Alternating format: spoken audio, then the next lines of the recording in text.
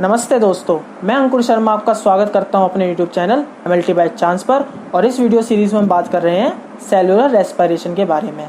मैं अपने last 3 videos में बात कर चुका हूं ग्लाइकोलाइसिस, फिर पायरुवेट डिहाइड्रोजनेज कॉम्प्लेक्स और क्रेब्स साइकिल के बारे में।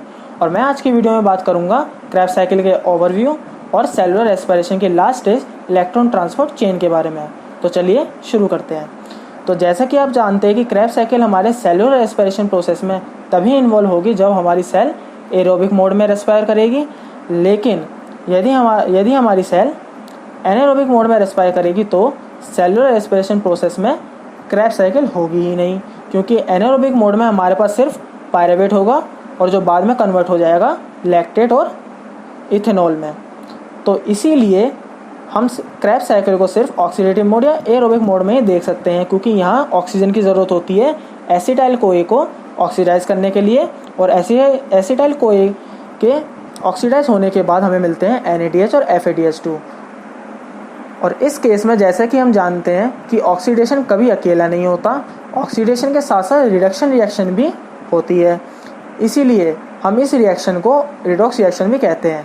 तो जैसा कि आपने क्रेब्स साइकिल में देखा है कि एसिटाइल कोए ऑक्सीडाइज होता है किसी मॉलिक्यूल में और फर्दर किसी और मॉलिक्यूल में, जबकि साथ ही साथ रिडक्शन भी होता है।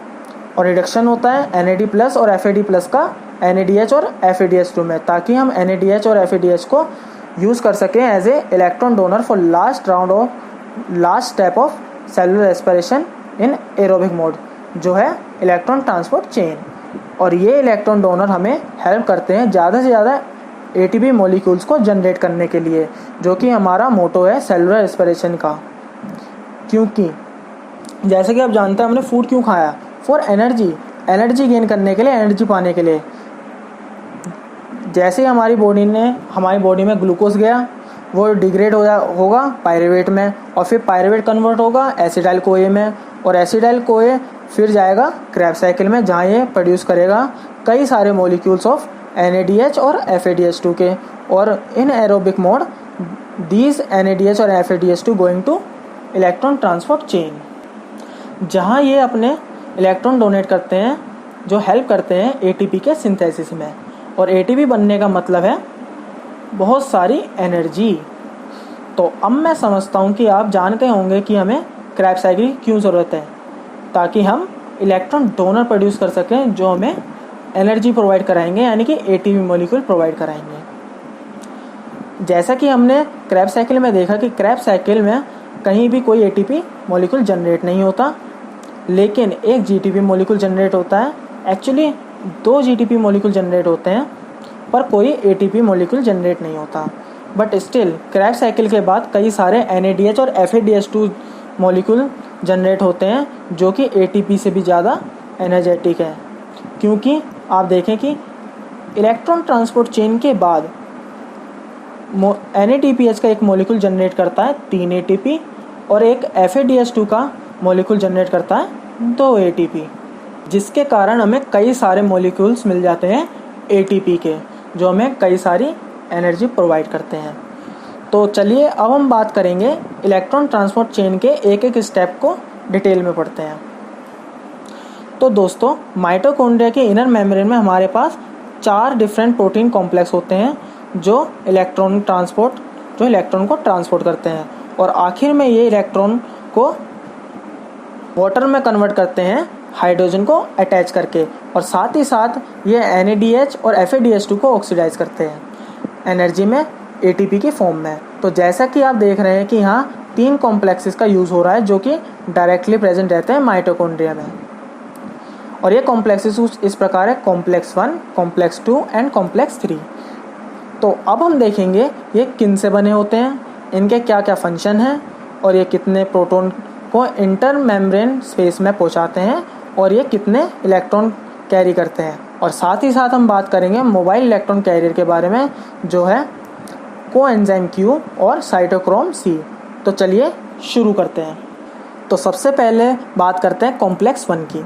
कॉम्प्लेक्स 1 ट्रांसपोर्ट करता है इलेक्ट्रॉन को NADH से कोएंजाइम Q को, और ये कॉम्प्लेक्स कंटेन करता है प्रोटीन की 40 सब यूनिट जो बाउंड रहती हैं फ्लेविन मोनोन्यूक्लियोटाइड के साथ, and it contain numerous iron sulphate, and it translocate 2 proton to the inter membrane space per NADPH oxidise. तो इसीलिए एक NADH से 4 प्रोटॉन पंप होते हैं इंटर मेम्ब्रेन स्पेस में। तो अब चलते हैं अगले स्टेप की ओर, जो है complex number 3। Complex number 3 accept करता है इलेक्ट्रॉन को रिड्यूस कोएंजाइम Q से और फिर इसे ट्रांसपोर्ट करता है साइटोक्रोम C को। कॉम्प्लेक्स नंबर 3 प्रोटीन की 11 सब यूनिट और साइटोक्रोम रीजन 3 साइटोक्रोम रीजन और एक आयरन सल्फेट सेंटर से मिलकर बना होता है। And it translocate 4 proton per 2 electron transfer to cytochrome C, यानी एक इलेक्ट्रॉन को ट्रांसफर पर 2 प्रोटॉन ट्रांसफर करता है। हम इसको सिंपल रूप से कहें तो हम ये कह सकते हैं कि यदि एक इलेक्ट्रॉन ट्रांसफ़र होगा तो 2 इलेक्ट्रॉन ट्रांसफ़र होंगे इंटरमेम्ब्रेन स्पेस में। तो अब चलते हैं आखिरी कॉम्प्लेक्स की ओर, जो है कॉम्प्लेक्स नंबर 4, जिसको हम साइटोक्रोम C ऑक्सीडेज के नाम से भी जानते हैं। ये कॉम्प्लेक्स साइटोक्रोम C से इलेक्ट्रॉन को एक्सेप्ट करता है और फिर इसे ट्रांसफ़र कर देता है मोलिकुलर ऑक्सीजन को, जिसके बाद इसकी रिडक्शन हो जाती है और ये वाटर में कन्वर्ट हो जाता है। कॉम्प्लेक्स 4 प्रोटीन की 13 सब यूनिट और 2 साइटोक्रोम्स और एक कॉपर साइड से मिलकर बना होता है। ये 2 इलेक्ट्रॉन और 2 प्रोटॉन को ट्रांसलोकेट करता है और साथ ही साथ ये 2 प्रोटॉन मॉलिक्यूल को कंज्यूम भी करता है एक वाटर मॉलिक्यूल को जनरेट करने के लिए। अब बात करते हैं इलेक्ट्रॉन ट्रांसपोर्ट चेन और ATP सिंथेसिस की कपलिंग के बारे में। जैसा कि मैंने पहले कहा था कि ATP की सिंथेसिस 2 स्टेप्स में होती है। पहली है इलेक्ट्रॉन ट्रांसपोर्ट चेन, जिसमें इलेक्ट्रॉन प्रोटॉन का ट्रांसपोर्ट करता है इंटरमेम्ब्रेन स्पेस में, जो हमारी मदद करता है इलेक्ट्रॉन प्रोटॉन ग्रेडियंट को बनाने में। और अगले स्टेप में ATP सिंथेसिस एंजाइम की रोटर यूनिट रोटेट होती है, जिससे ATP प्रोड्यूस होता है by combining ADP with inorganic phosphate. और इन दोनों स्टेप्स के बीच के लिंक है वो कहलाता है coupling of ATP transport chain and ATP synthesis. जैसा अभी हमने देखा कि इलेक्ट्रॉन ट्रांसपोर्ट चेन माइटोकॉन्ड्रिया के इनर मेम्ब्रेन में हो रही है, जहाँ कॉम्प्लेक्स 1, 3 एंड 4 प्रोटॉन ट्रांसपोर्ट कर रहे हैं इंटरमेम्ब्रेन स्पेस में, और ये हेल्प करते हैं इलेक्ट्रॉन प्रोटॉन ग्रेडियंट को जनरेट करने में।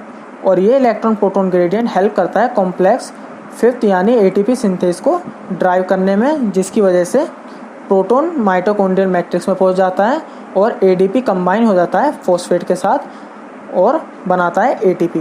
जैसा मैंने पहले बताया कि इलेक्ट्रॉन ट्रांसपोर्ट चेन के ATP सिंथेसिस की मोटर यूनिट और रोटर यूनिट वर्क करती है ADP को फॉस्फेट के साथ जोड़ने में। अब सवाल उठता है कि कैसे। तो मान रोटर यूनिट में 3 साइड होती हैं। पहली साइड की सबस्ट्रेट और प्रोडक्ट के लिए एफिनिटी लो होती है, जिसके कारण प्रोडक्ट आसानी से बाहर निकल सकता है, इसलिए हमने इसे ओपन साइड या O साइड कहा है। और सेकंड साइड का काम होता है लिगेंड्स को लूजली बाइंड करने का, इसलिए इसे हमने L साइड और लूज साइड कहा है। और थर्ड साइड में लिगेंड्स टाइटली बाइंड होते हैं, इसलिए इसे हमने T साइड और टाइट साइड कहा है। तो चलिए देखते हैं कैसे काम करती हैं।